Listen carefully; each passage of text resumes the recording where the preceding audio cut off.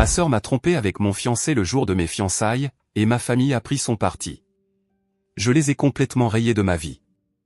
5 ans plus tard, ils m'ont appelé avec de mauvaises nouvelles, et waouh, je ne m'attendais pas à ce que le karma frappe aussi fort. Je m'appelle Emma. J'ai 34 ans, et ma sœur m'a trompé avec mon fiancé le jour de mes fiançailles, et ma famille a pris son parti. Avant que je vous raconte comment leur karma a pris la forme d'usurier et d'un appel au 911, dites-moi d'où vous regardez dans les commentaires. Les guirlandes lumineuses scintillaient dans le jardin, projetant une lueur dorée et chaleureuse sur les visages de nos amis et de notre famille. C'était ma fête de fiançailles. Mon fiancé, Ryan, et moi étions ensemble depuis près de 5 ans. Et cette nuit devait être le début officiel de notre, pour toujours. J'étais sur un nuage. Chaque rire, chaque étreinte, chaque toast au champagne en guise de félicitations semblait être une note parfaite dans une symphonie parfaite. Ryan venait de faire un magnifique discours, et j'étais rentré pour rafraîchir mon maquillage, le cœur si plein qu'il semblait sur le point d'exploser. Quand je suis revenu, je ne l'ai vu ni lui, ni ma sœur Nicole. J'ai balayé la foule du regard. Une légère pointe d'agacement a commencé à poindre dans ma poitrine. Je voulais le montrer, lui tenir la main et former le couple heureux que tout le monde était venu célébrer. J'ai vérifié dans la cuisine, puis dans le salon. Rien. Une amie a pointé le côté de la maison, près du vieux chêne où papa nous avait accroché une balançoire quand nous étions enfants. Je crois que je les ai vus partir par là, a-t-elle dit avec un sourire.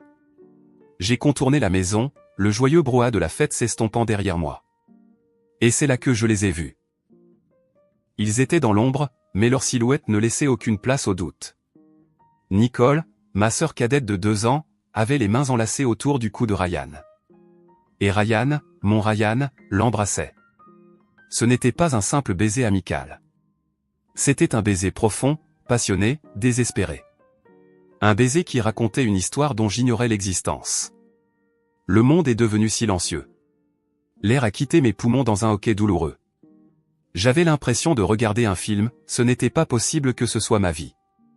Il ne m'avait pas vu.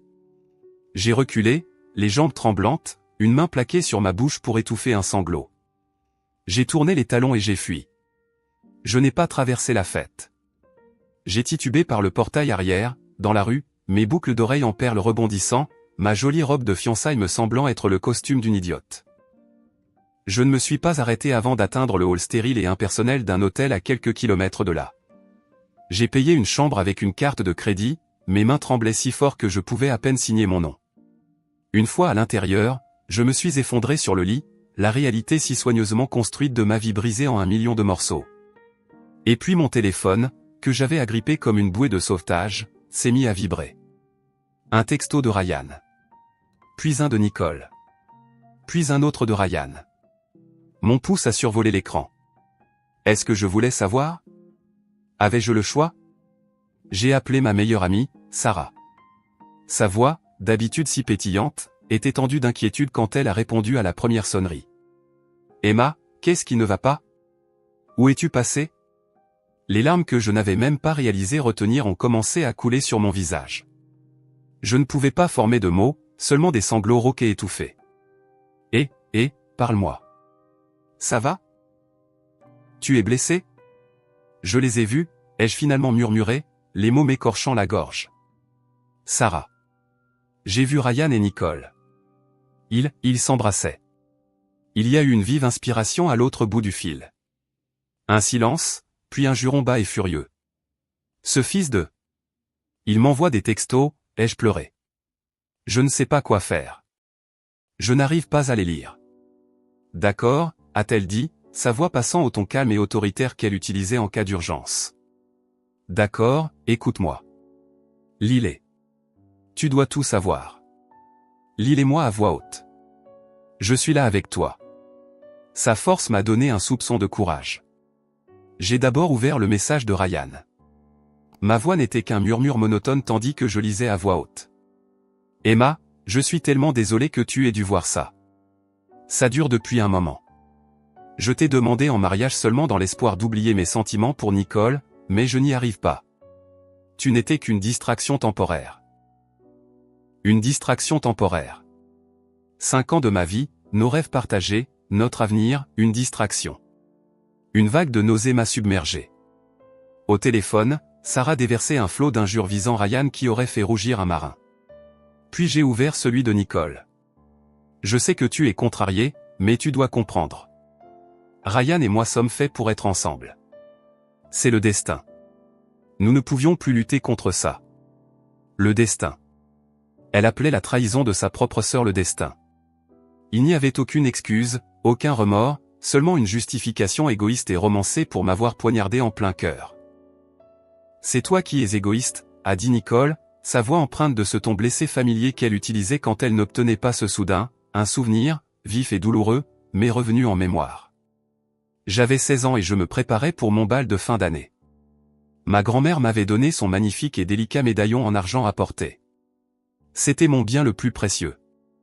Nicole, qui avait 14 ans, m'a supplié de le lui prêter pour une soirée de son école la semaine avant mon bal. J'ai dit non. Elle a piqué une crise et mes parents sont intervenus. Oh, Emma, ne sois pas égoïste, avait roucoulé ma mère. Tu es la grande sœur. Laisse-la le porter. Elle fera attention. Mon père avait juste grogné en signe d'approbation. Ne fais pas d'histoire. J'ai cédé à contre-cœur. Bien sûr, elle l'a perdu. Quand j'ai pleuré, mes parents l'ont réconfortée, elle, en me disant, c'était juste un accident, ma chérie. Ne fais pas de peine à ta sœur. Mon chagrin était un inconvénient. Ses sentiments à elle étaient primordiaux. Ça avait toujours été comme ça. Nicole était l'enfant chéri, l'étoile brillante et magnifique, et j'étais la planète d'arrière-plan, la fille sensée et fiable. Ses désirs éclipsaient toujours mes besoins. Et maintenant, elle voulait mon fiancé. Et tout comme avec le médaillon, elle l'avait pris, et on s'attendait à ce que je l'accepte sans rien dire. J'ai passé 3 jours dans cet hôtel, anesthésié. Sarah m'a apporté des vêtements et de la nourriture, s'asseyant en silence avec moi quand je ne pouvais pas parler et m'écoutant quand j'ai finalement pu le faire. J'ai ignoré les dizaines d'appels de mes parents. Finalement, sachant que je ne pouvais pas me cacher éternellement, je suis rentré à la maison pour faire mes valises. Je devais partir. Quand je suis arrivé dans l'allée, j'ai vu la voiture de mes parents. Une angoisse glaciale s'est installée dans mon estomac. Je suis entré par la porte d'entrée et la scène dans le salon m'a cloué sur place. Ma mère, mon père, Nicole et Ryan étaient tous là. Ils étaient assis ensemble, buvant du café. La scène avait l'air domestique, paisible, familiale. Ma famille, mais je n'en faisais pas partie. Ma mère a été la première à me voir. Son visage, un masque de pitié douceâtre, m'a donné la chair de poule. Oh, Emma, ma chérie, on était si inquiets. Inquiets? Ils étaient ici avec eux. Nicole et Ryan étaient assis très près l'un de l'autre sur le canapé, leurs mains enlacées. Alors que je regardais, incrédule, ils se sont penchés et ont échangé un doux baiser. Et ma mère, s'est tamponnée les yeux avec un mouchoir, une petite larme de joie coulant sur sa joue. N'est-ce pas merveilleux, a-t-elle dit, la voix chargée d'émotion. Qu'ils se soient trouvés. Je l'ai regardé fixement, mon esprit luttant pour comprendre la folie pure de ce moment. Merveilleux, ai-je finalement réussi à articuler. Il était mon fiancé 30 minutes avant de l'embrasser à notre fête de fiançailles. Tu trouves ça merveilleux? Mon père s'est levé, le visage sévère. Le regard qu'il me lançait toujours quand j'étais difficile. Ça suffit, Emma. Arrête de te comporter comme une enfant. Ce qui est fait est fait. Ta sœur est heureuse. Tu devrais être heureuse pour elle. Heureuse pour elle? Ma voix s'est élevée, tremblant d'une rage qui perçait enfin à travers le choc. Elle a fait exploser ma vie. Il a fait exploser ma vie. Et vous êtes assis là à célébrer. Qu'est-ce qui ne va pas chez vous? Qu'elle voulait. Tu essaies juste de tout gâcher pour moi parce que tu es jalouse. C'en était trop. C'est à ce moment-là que quelque chose en moi a craqué. Les années à être mises de côté, à voir mes sentiments invalidés, à m'entendre dire d'être la plus intelligente, tout cela a convergé en un unique point de lumière clarificateur. Il ne me verrait jamais. Il ne me choisirait jamais. Je n'ai pas crié. Je n'ai pas pleuré. Je me suis retourné sans un mot de plus, je suis monté dans ma chambre et j'ai sorti ma plus grande valise. J'ai fait mes bagages méthodiquement, vêtements, livres, articles de toilette. J'ai emballé les photos de mes amis et j'ai laissé les albums de famille sur l'étagère. Pendant tout ce temps, j'entendais leurs voix étouffées en bas. Ils ne montaient pas pour m'arrêter. Ils discutaient probablement de mon comportement dramatique. Quand j'ai eu fini, j'ai traîné ma valise en bas des escaliers. Ils m'ont tous regardé fixement alors que je me dirigeais vers la porte d'entrée. « Et où crois-tu aller comme ça ?» a exigé mon père. Je me suis arrêté, la main sur la poignée de la porte, et j'ai regardé par-dessus mon épaule les 4 personnes qui étaient censées être mon monde. « J'espère que vous serez tous très heureux ensemble », ai-je dit, ma voix étrangement calme. « Au revoir. » Je suis sorti, j'ai refermé la porte derrière moi et je n'ai jamais regardé en arrière. Cette nuit-là, j'ai bloqué leur numéro. Tous. Quelques semaines plus tard, une épaisse invitation de mariage couleur crème est arrivée à l'appartement de Sarah où je logeais. Je l'ai jetée à la poubelle sans l'ouvrir. Beaucoup de nos amis communs et même certains de mes propres parents, après avoir entendu toute l'histoire, étaient dégoûtés. Ils ont pris mon parti. Eux aussi ont cessé de parler à ma famille. La façade de famille parfaite que mes parents avaient mis tant d'efforts à maintenir avait commencé à s'effriter. Mais je n'en connaissais pas l'ampleur. Et je m'en fichais. J'étais trop occupé à construire une nouvelle vie sur les cendres de l'ancienne. La première année a été la plus dure. Il y avait des jours où je me réveillais dans mon minuscule studio et la solitude était un poids physique sur ma poitrine. L'idée de ma famille me manquait, celle que je croyais avoir. Les dîners du dimanche et les traditions des fêtes me manquaient, même les plus dysfonctionnelles.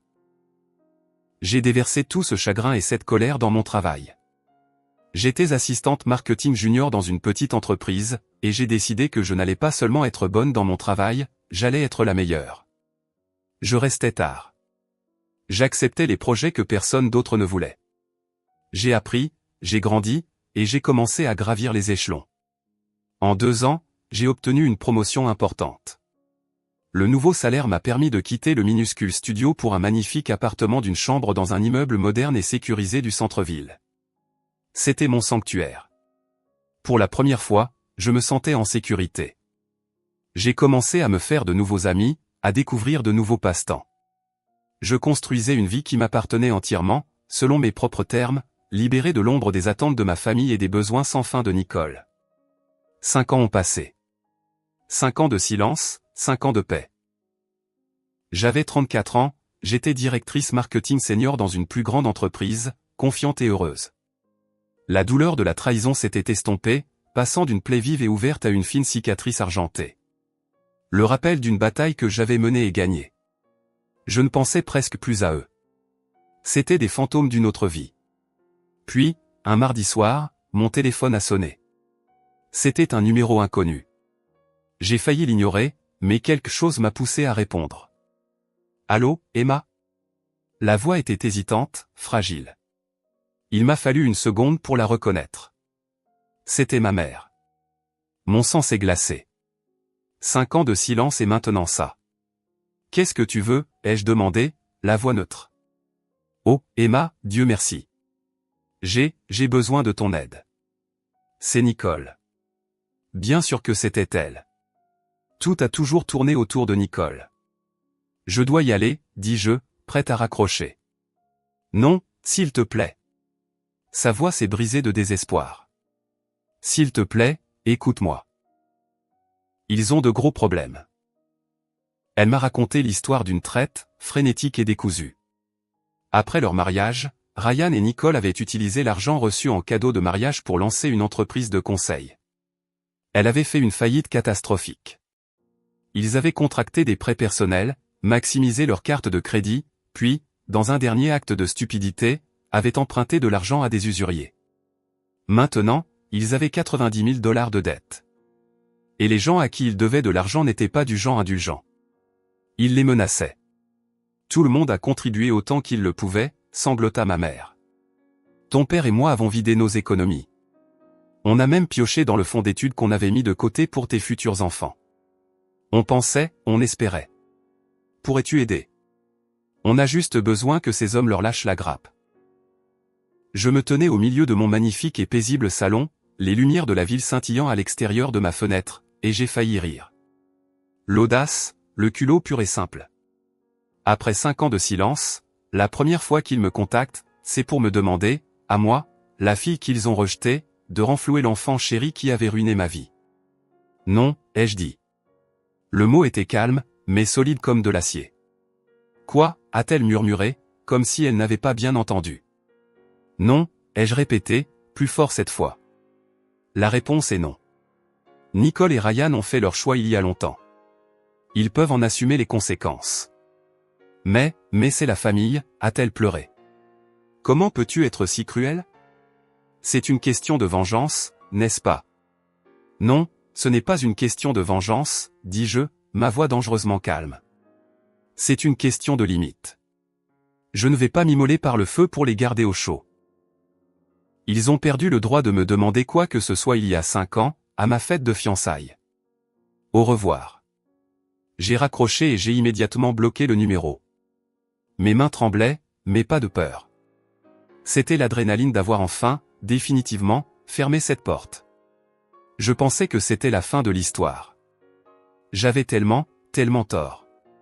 30 minutes plus tard, l'interphone de mon appartement a sonné stridemment. J'ai vérifié la vidéo sur l'interphone et mon cœur s'est arrêté. C'étaient eux, Nicole et Ryan, debout dans le hall lumineux de mon immeuble. Ils avaient l'air épouvantables. Ryan était décharné, ses yeux furetaient nerveusement. Nicole avait l'air hagard, ses vêtements de marque froissés, son visage pâle de désespoir. Elle a appuyé sur le bouton de mon appartement encore et encore. Je n'ai pas répondu. Je l'ai regardé se mettre à crier mon nom au concierge qui lui disait calmement qu'il ne pouvait pas la laisser monter sans ma permission. Puis j'ai vu quelque chose qui m'a noué l'estomac. Ryan a sorti un fin morceau de métal de sa poche, un crochet, et a commencé à tripoter la serrure de la porte principale. Le concierge s'est immédiatement avancé, lui disant d'arrêter, mais Ryan l'a juste bousculé. Ils essayaient d'entrer par effraction. Je me suis éloigné de l'interphone, mon esprit s'emballant. Cela dépassait le cadre d'un conflit familial. C'était un acte criminel.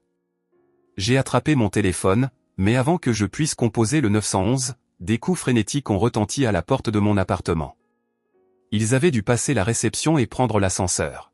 « Emma, je sais que tu es là », a crié Nicole, sa voix étouffée par le bois épais. « Ouvre cette porte. Tu nous le dois. On est une famille. » La poignée de ma porte a commencé à s'agiter violemment. J'ai tâtonné pour trouver mon téléphone, mes doigts maladroits de panique. J'ai ouvert la porte juste d'une fente, mon téléphone levé pour enregistrer. « Éloignez-vous de mon appartement », ai-je dit, la voix tremblante. Dès qu'ils ont vu l'ouverture, ils ont poussé. La porte s'est ouverte en grand, me projetant en arrière. Ryan a vu le téléphone dans ma main et l'a fait voler d'une claque. Il a glissé sur le parquet. « Pas de téléphone », a-t-il grondé, les yeux fous. Nicole s'est avancée vers moi, son visage un masque tordu de rage et de sentiment de droit. « C'est de ta faute », a-t-elle hurlé. « Si tu nous avais juste donné l'argent, rien de tout ça ne serait arrivé. Tu dois nous aider. Tu me le dois. » Elle m'a poussé violemment et j'ai reculé en titubant, heurtant le mur. Elle m'a fourré un document froissé sous le nez. C'est une reconnaissance de dette. Signe. Ça dit que tu t'occuperas de nos finances futures. C'est le moins que tu puisses faire après avoir été une si mauvaise sœur. Mon cerveau est passé en mode survie. Pendant que Nicole hurlait et que Ryan essayait de ramasser le papier qu'elle avait laissé tomber, j'ai vu ma chance. Mes clés étaient sur la petite table près de la porte et sur mon porte-clés se trouvait un petit bouton en plastique gris. Le bouton d'urgence du service de sécurité de mon immeuble. Une fonctionnalité que je n'aurais jamais pensé utiliser. J'ai bondi dessus. Ryan m'a vu bouger et a attrapé mon bras, mais il était trop tard. Mon doigt s'est écrasé sur le bouton. Je l'ai maintenu pendant les 3 secondes requises. Il n'a émis aucun son, mais je savais qu'un signal hurlait maintenant silencieusement à l'aide depuis le centre de sécurité en bas. Je me suis éloigné d'eux, un calme étrangement envahissant. Ils n'avaient rien remarqué. Ils étaient toujours concentrés sur leur propre désespoir. « C'est fini », ai-je dit. Ryan a ri, un son dur et laid. « Ce n'est pas fini tant que tu ne nous auras pas donné l'argent. »« Oh, je ne parle pas de ça », dis-je, un lent sourire froid s'étalant sur mon visage. J'ai pointé la petite caméra en dôme discrète au plafond du couloir, devant ma porte maintenant ouverte. « Je parle de ça. » Au fait, souriez. Tout l'immeuble est sous enregistrement vidéo en continu. La couleur a quitté leur visage. Ils ont regardé de la caméra vers moi, la compréhension se lisant dans leurs yeux. À ce moment précis, une alarme perçante et stridente a commencé à retentir dans le couloir. La réponse de l'immeuble au bouton d'urgence. Et perçant ce bruit, un autre son encore plus satisfaisant, la sirène de la police qui se rapprochait rapidement.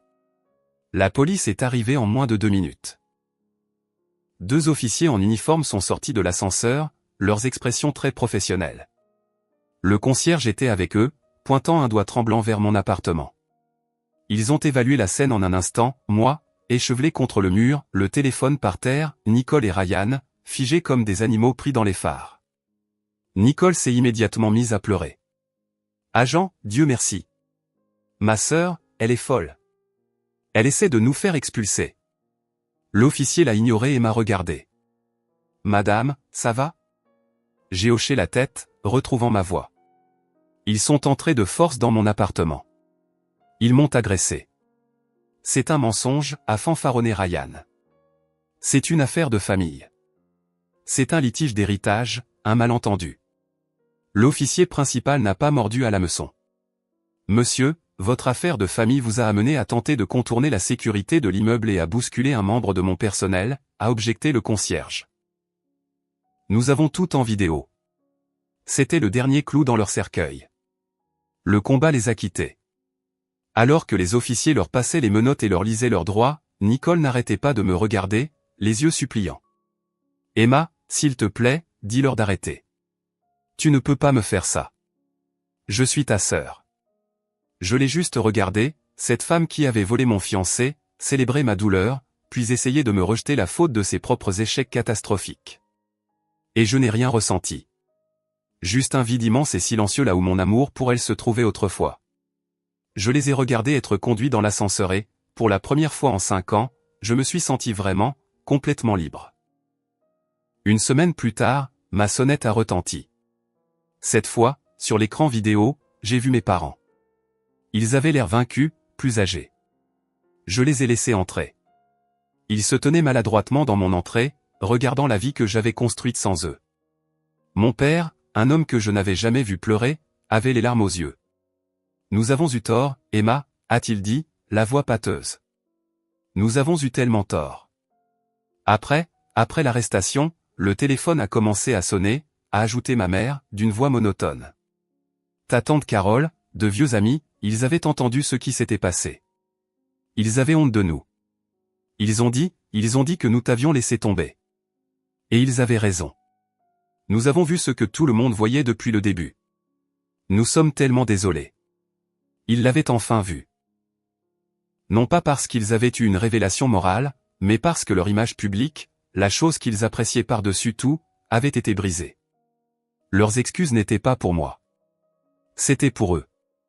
J'ai pris une profonde inspiration. L'ancienne Emma aurait pleuré, aurait accepté les excuses parce qu'elle était affamée de leur approbation. Mais l'ancienne Emma avait disparu. Je vous entends, ai-je dit, ma voix douce mais ferme. Et je comprends. Vous n'êtes pas désolé pour ce que vous avez fait. Vous êtes désolé de vous être fait prendre. Vous êtes désolé de l'image que cela renvoie de vous. Ils ont ouvert la bouche pour protester, mais j'ai levé la main. C'est bon. J'accepte vos excuses. Pas pour vous, mais pour moi, pour que je puisse enfin en finir avec tout ça. Je vous pardonne pour pouvoir laisser tomber. Je les ai regardés tous les deux dans les yeux. Mais pardonner ne veut pas dire oublier. Et ça ne veut pas dire qu'on peut revenir en arrière. Cette porte est fermée. La personne que vous connaissiez a disparu. Je les ai accompagnés à la porte. Ils n'ont pas discuté. Il n'y avait plus rien à dire. 6 mois plus tard, j'organisais un petit dîner dans mon appartement. Mes invités étaient Sarah et quelques autres amis proches, ma vraie famille, ma famille choisie. Nous rions de quelque chose de stupide, le son résonnant dans l'espace chaleureux et heureux que j'avais créé pour moi. Sarah a levé son verre. À Emma, a-t-elle dit, les yeux brillants. Qui a construit son propre château, avec douve et tout le reste. Plus tard dans la nuit, après que tout le monde soit parti, je me tenais sur mon balcon, regardant les lumières de la ville. J'ai pensé à eux. J'ai appris par des on-dit que Nicole et Ryan avaient évité la prison. Mais leur accord de plaidoyer impliquait de voir un avocat commis d'office et de déclarer faillite. Ils ont dû tout vendre et emménager chez mes parents. Leur vie parfaite avait implosé. Je n'ai ressenti aucune joie face à leur malheur. Juste du calme. J'ai pensé à la famille que j'avais perdue. Et pendant un instant, une pointe de tristesse familière m'a frappé. Mais elle a été fugace, comme un nuage passant devant la lune. Elle a été remplacée par un sentiment de paix profond et inébranlable. Ma valeur n'était pas liée à leur approbation. Mon bonheur ne dépendait pas de leur amour. J'avais tout trouvé par moi-même. Je suis rentré et j'ai tourné le pêne dormant de ma porte. Le clic final et solide n'était plus un son de peur. C'était le son d'un sanctuaire. Le son d'une vie qui était enfin et complètement la mienne. Merci beaucoup d'avoir écouté mon histoire. Ce fut un long et douloureux voyage, mais j'en suis sorti plus forte. Ma question pour vous tous est, avez-vous déjà dû couper les ponts avec un membre de votre famille toxique pour protéger votre propre paix intérieure? Faites-moi part de vos expériences dans les commentaires ci-dessous. Et si mon histoire a résonné en vous, n'hésitez pas à aimer cette vidéo et à vous abonner pour en voir plus.